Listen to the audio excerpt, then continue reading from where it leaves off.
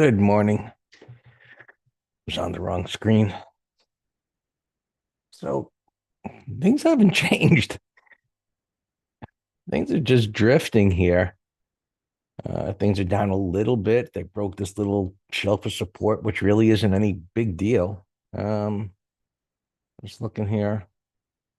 There's this little baby unfilled gap there, which is where it's at. This could easily flip right back up again. As you can see, it did down there on the 5 minute as it came down into that bar's close.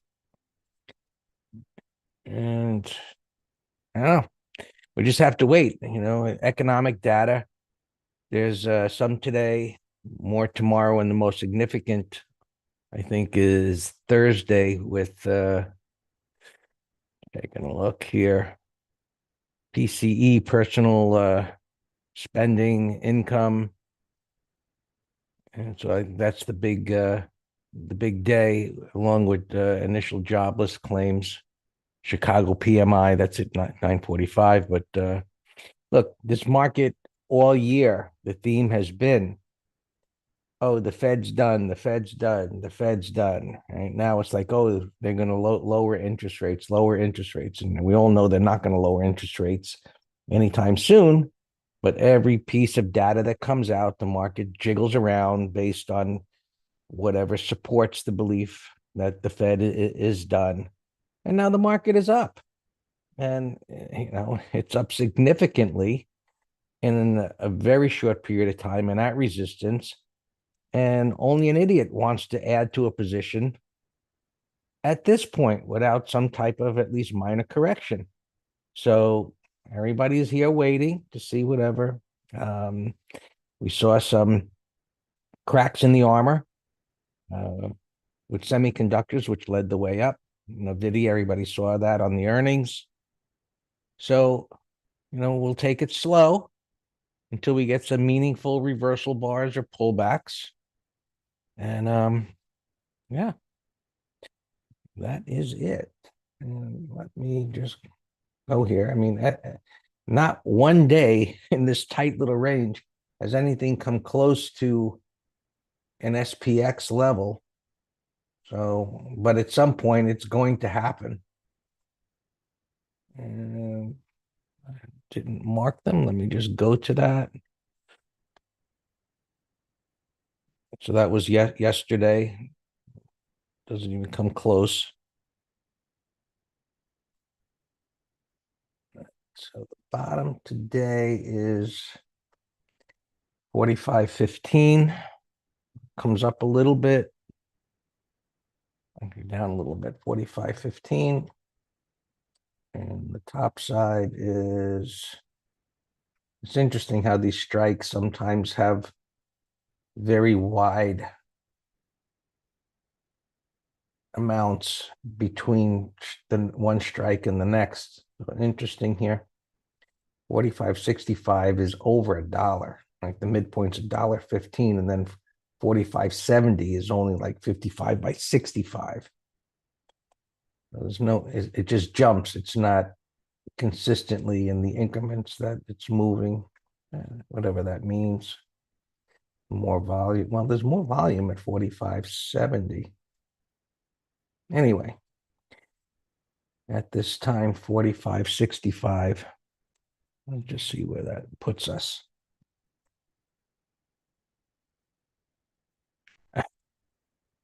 Wrong one.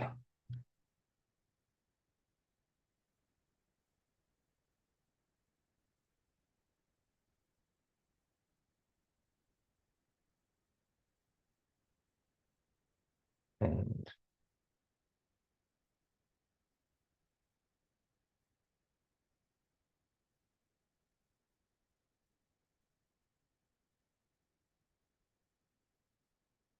damn, that's real tight. All right. So you see, as soon as there's a little downside action, that you saw in SPY, the lower strike moves significantly. And so that's a bit more comfortable, even though things are down a little bit.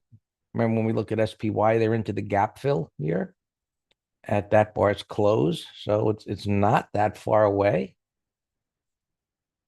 They certainly aren't the no-brainers that they were when we get a big move. And then they will be again once things start to move again with some momentum. So that's, well, I guess it's about an equal distance from where it is right now to get to either strike. So neither one is anywhere near a no-brainer or what's not possible. All right.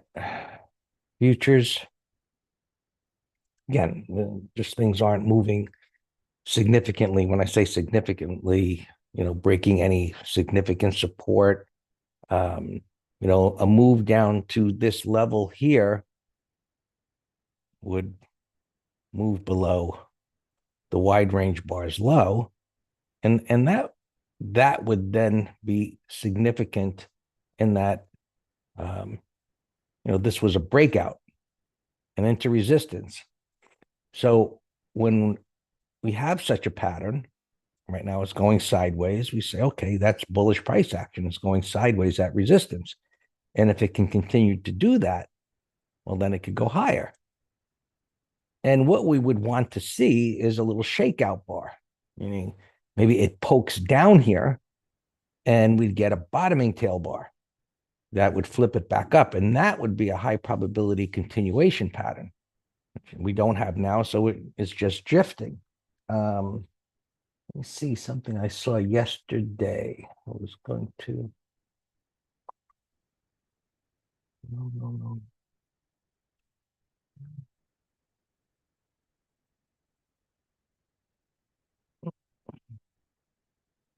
If I can find it. So, yeah. Anyway, when Dan's talking, if I can find, I'll point it out to show you what I'm talking about. Or something like this on the opposite side. Look at UNH yesterday. It's not that powerful, but it broke out and came back. It didn't violate any support.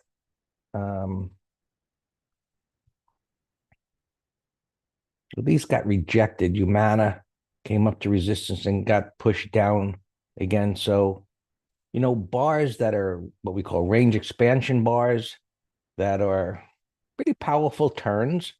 So when we look at these, and initially, since it's in a sideways range there, it's not a directional. We look at that and say, okay, is there premium for a call spread? Because on a short-term basis, once it reverses like that, it's unlikely that it's going to go back up in the short term. But and mentioned me, I guess he said this morning, any 5 wide didn't have enough premium to do anything. So we wait for some kind of corrective bar, and drifting into the void, well, it's got to break some support. That's what we're waiting for, and it could, and the risk here is, in any time that things are, prices are in a strong uptrend, people are still looking to buy a pullback because they think this is going to go on forever. And it's not saying it can't continue to go higher, maybe up to here. But the smart thing is for us to wait for a correction bar. Now, a correction bar could be a gap down. So as we look at spiders, you look at SPY and see where it is. Let's just say it was gapping. It was here. Let's say it gapped here. And by the end of, okay, that gets all the, bearish, thoughts going, which I'm not saying isn't incorrect, but by the end of the day, if we have something like this, well, now we see that buyer stepped up aggressively on the dip and pushed it higher. So we would then have a belief, right? Everything we look at creates a belief about the future. And that we would have a belief because of that correction bar, prices could then continue higher. And right now, prices are just drifting. They're doing nothing. So we have to wait. other than, intraday trades, even in a small range like this, um, they could be tradable. So, all right. So as we look at different markets, we see essentially the same thing, give or take. Um, the Qs are within the range. A little bit more of a rejection that occurred last week. So that's actually where we had resistance. Come on, whatever. There's a support area, but that wide range bar is a significant reference point. So anytime we see a wide range bar, range expansion bar like that, the thought that's created is, I think that's what we call our courses thought building lessons. Prices, the opens and closes need to stay in the upper half. It can dip down, but we want to see it the upper half. But if we can get, a tightening and a breakout or a gap down reversal as explained, well, then we can continue higher. We get a close under the breakout bar, it then creates a thought, hey, gap fill. It's going to go down here. And right now, the bars are creating a thought of stand on the sidelines and wait for a signal, which we don't have yet. Our internals are warning us. We looked at the volatility index yesterday. That's warning us, but nobody's doing anything yet. But look, holiday, maybe people coming back in, the news that's coming this week will get things moving. Transports, little reversal yesterday. Some of the rails turned down. SX.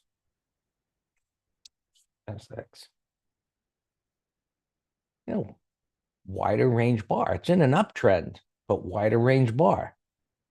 So it could pull back into this area where we believe buyers would step up. Maybe, well, it's already down past the minor support point, but maybe there's an unfilled gap here, comes down into here where we would look for it to turn back up again because of the power of this move.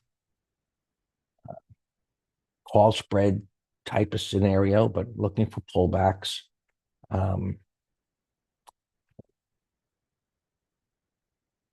Just look at the Dow here for a moment, just stalling, not doing anything. Interest rates. So got a little lower. They're stable here. We're getting closer to this level of support. Not there yet. The dollar still drifting lower. And it's got to come down into this area. So nothing is lined up. So as we go through our foundational work here, to keep our bias aligned with what's happening right now, as much as we want things to start moving, as far as the markets go, it's just not happening right now. Bitcoin just been grinding back and forth here in this area after a strong move.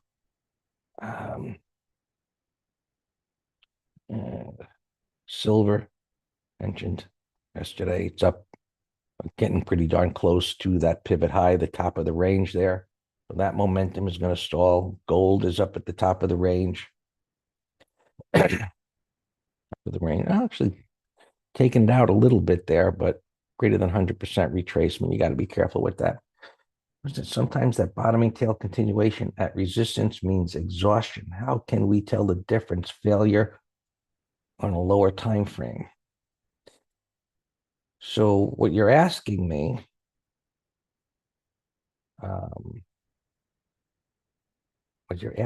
is if we have a bottoming tail bar at resistance. By the way, I'll be doing a coaching session tonight. I'll drop the link in the green room later if you don't have it. A bottoming tail bar at resistance. Don't think about it as an exhaustion, meaning you think too much. A bottoming tail bar means there are buyers on a dip, period. Now, I think what you're thinking is when prices are accelerating higher and you get a bottoming tail bar, or which I believe referred to as a hangman, right? Multiple bars moving up in a row. That is, well, like you could say exhaustion. When we see a small candle body, even if it's got a tail on it, we teach students that it means momentum is slowing. Right? Momentum slowing doesn't mean a trend reversal. Whereas if prices are going sideways for several days and you get a bottoming tail bar versus what I just explained, clearly it means there were buyers on a dip and they drove it back up. So several sideways days creates a base intraday. And if it comes down here and drives back up again, think about the psychology of what happened. It was going sideways here because buyers believed by this little shallow dip, it's going to go higher. So when it takes out the lows, it takes out the stops, it comes down to the next level, buyers step up and push it up again. Now, these buyers have been, this is theoretical, have been taken out. It lowers the overhead supply, and the thought is it can then go higher. That's the idea behind a correction bar. Right? It's a shakeout within a consolidation. Even though it's extended like this, right? Until we get the big nasty red bar or gap down red bar reversal, whatever it's going to be, the thing is, assume it's going to continue going up until it stops. Right? Now, we know that risk for longs is increasing for various reasons, but it isn't going down yet. So it is what it is. At some point, it will either continue higher, like something like this. It's got room to go higher, and maybe it will. Well, we don't have to assume the trend is intact, Joe. The trend is intact, and it's intact until it's not intact anymore. And so we don't have to overthink any of this. Right? This is strong. Momentum is slowed down. So while we could think, hey, this isn't likely to continue higher the way it did down here, if it rests long enough and we get a correction bar, it certainly could continue higher. So sideways, we thought maybe this could take out the highs yesterday. It did not, still chopping around. So this is the market environment that we're in. At some point, something's going to give. It's just not happening this morning just yet, but things are still constructive.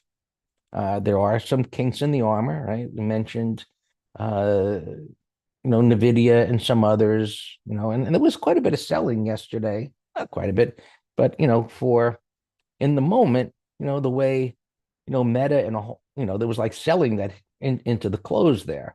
So we all know that the market needs to rest a little bit. And, so far it's resting constructively. Maybe it will until the end of the year. Well, yours, Dan.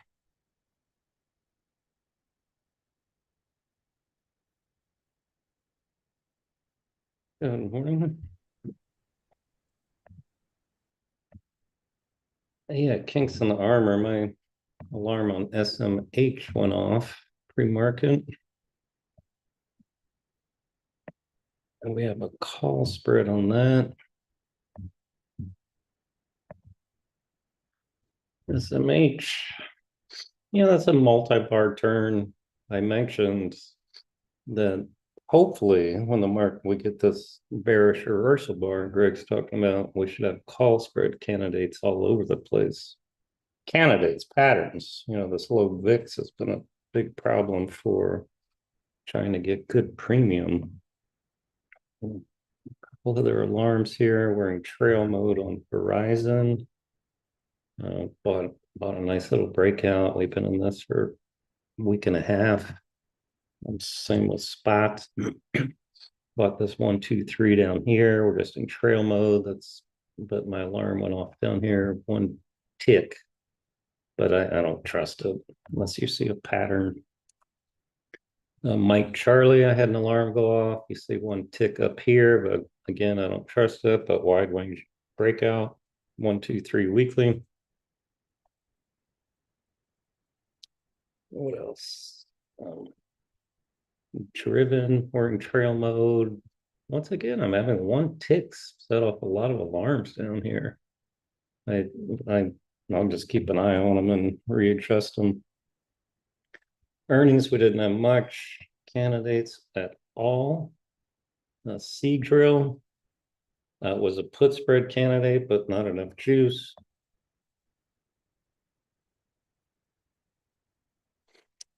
Sub V, no pattern. Zulu Sierra, this is a call spread candidate. I have no idea what it's going to be, but if we can get anything over yesterday's high. In the green room, I remember somebody was wanting to short the it was PDD. I forget what we were thinking about on that one.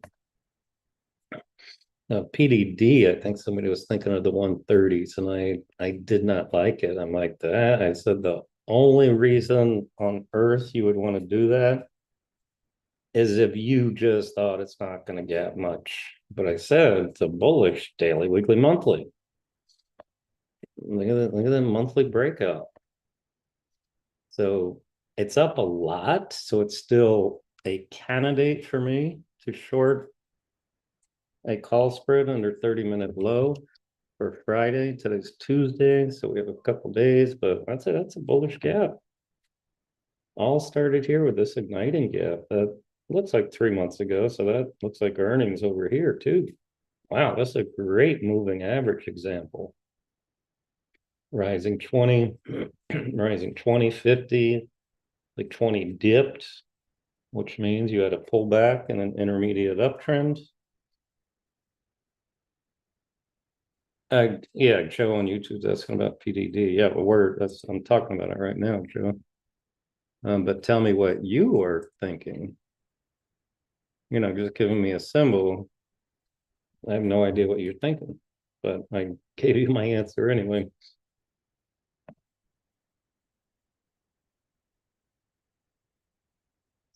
BNS, if it opened flat, it would have been a candidate to move higher. Now it's gapping here, so no pattern of interest. That's it. We're on the tail end of earnings. Etsy was a long watch from yesterday. Breakout, bullish consolidation. Continuing to pull in here a little bit. VST, this was Aichi's from last Friday. Had a nice close. Extended on the 15-minute chart. But ideally, we get a 1, 2, 3, which is an inside bar in the upper 30 yesterday's range. Look at the beautiful weekly. Wow, what a nice weekly breakout right here. All starting from this breakdown failure. But still looks hard. A couple of short ideas here, just wide range closing breakdown. Let's now set an alarm, 63. Just a few pennies lower. Let the computer tell me if it's going down because I can't watch everything. 63.54. And that's a beautiful call spread candidate too.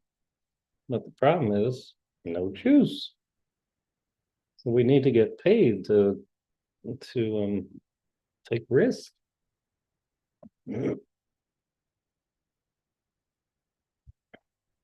Hurl, another beautiful breakdown. That looks fantastic. Let's set an alarm. I don't know, 3190, 3194. So those are two what I call tier one setups, meaning market down a little bit, relative weakness, bearish pattern, downtrends. Let's see where they open, as long as they can't retrace. Tandem breakout of a bottoming pattern, that's a long watch. I have an alarm at 1980. Delta Victor, breakout. I don't see huge upside. but as long as the market keeps drifting, it looks higher. That's kind of an inverse head and shoulder here. I have an alarm at 87.30, I think. Let me check again. Nope, I don't. 87.3. Now Delta 20 asking about pins. Looks like weekly and monthly bottom. Yes, we actually talked about this yesterday, Delta 20 in the green room. And I actually put it on my long-term watch list for the very reason that you're identifying. This is a multi-year bottoming on major support. Weekly's extended, daily's extended, market's extended. So what we want to see is for this to continue to bobble around for another week or so. Hopefully when the market pulls back, and you want it to stay above, I'll just go down a little more. You want it to stay above 30. Let it go sideways for 2 more weeks above 30, and then wait for your setup on, your entry and management. So yeah, that's on my list. Here, actually, I'll give you I don't have a huge list, but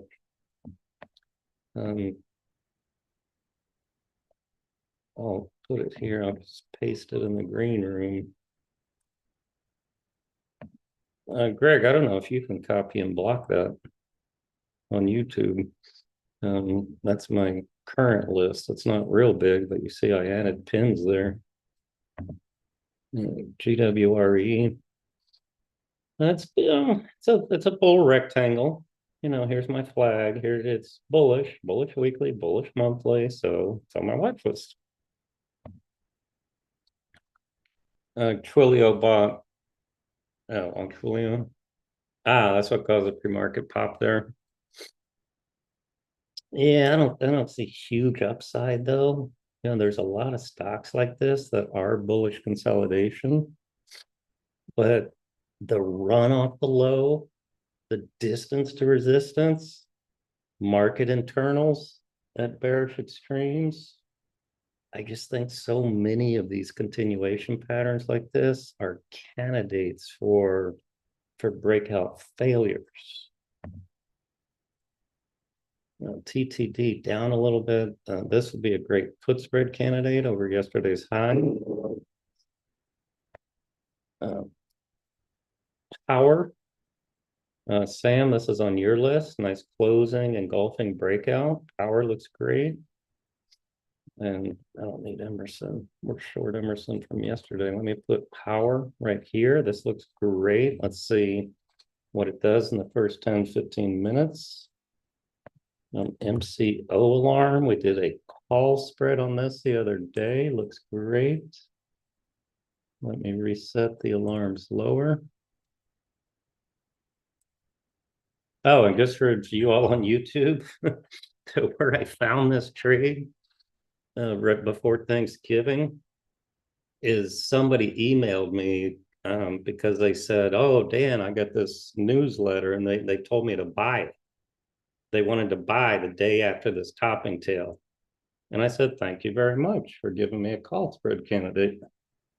Just such a retarded entry, It's malpractice for you to tell a subscriber whatever business you're in.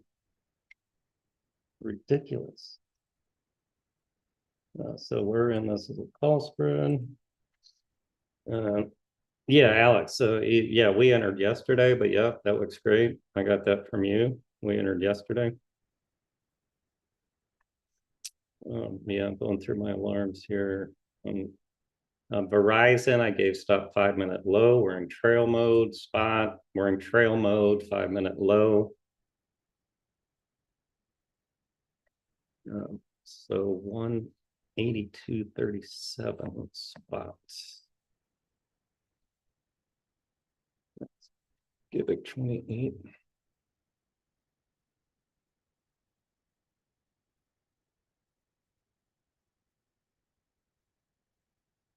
Alex, two on this list. I like of yours here. I don't know when you got in the room. Your Gis and Hurl. I like both of those short. Look, bottom right, Zulu Sierra popping there. Now see, this one has an end of day base, so it's a tad better. I think target 62-ish maybe. For day trading, you can short it with a stop over this 15-minute pivot. Yeah, no, I like them both. That's why they were on my list. I talked about them pre-market. All right, spot. Let me reset my alarm.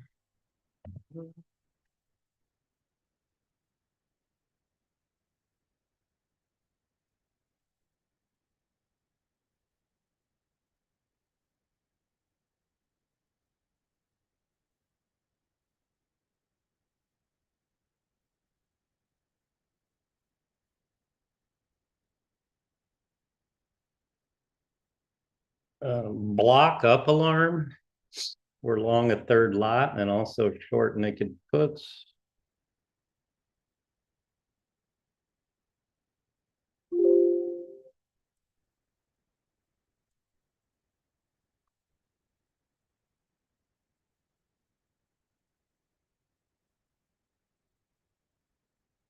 Hey, Greg, you want just swing here? Qs or quite the relative strength on the 5-minute chart here. So what do I immediately look up? See what fangs are moving. Microsoft, Apple, Meta, Roku had an incredible day yesterday. Everything gapped down and reversed back up again. Those stocks, not Google, but Tesla, Meta, Apple, Look at Microsoft, Oracle, Netflix. Oh, Delta 20. This Roku is on my core list too. Look at this monthly. Beautiful monthly, but I didn't, I don't have a no-brainer entry on daily, weekly. EMR low alarm, which shorted yesterday.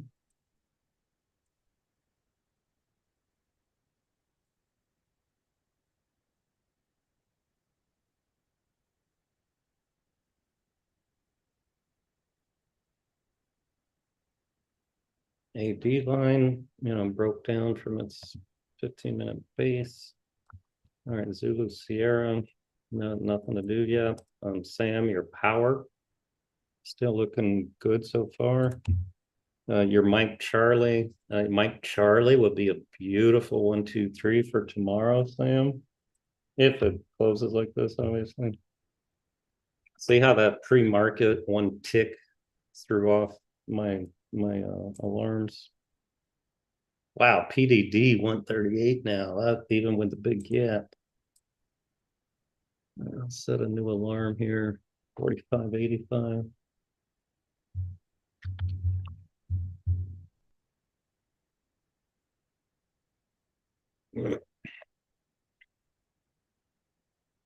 Builder alarm.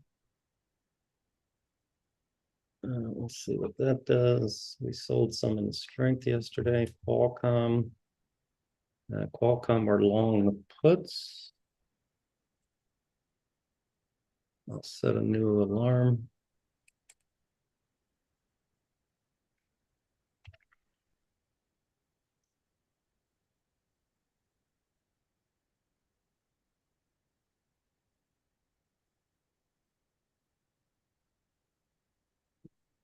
SMH, just small profit taking, but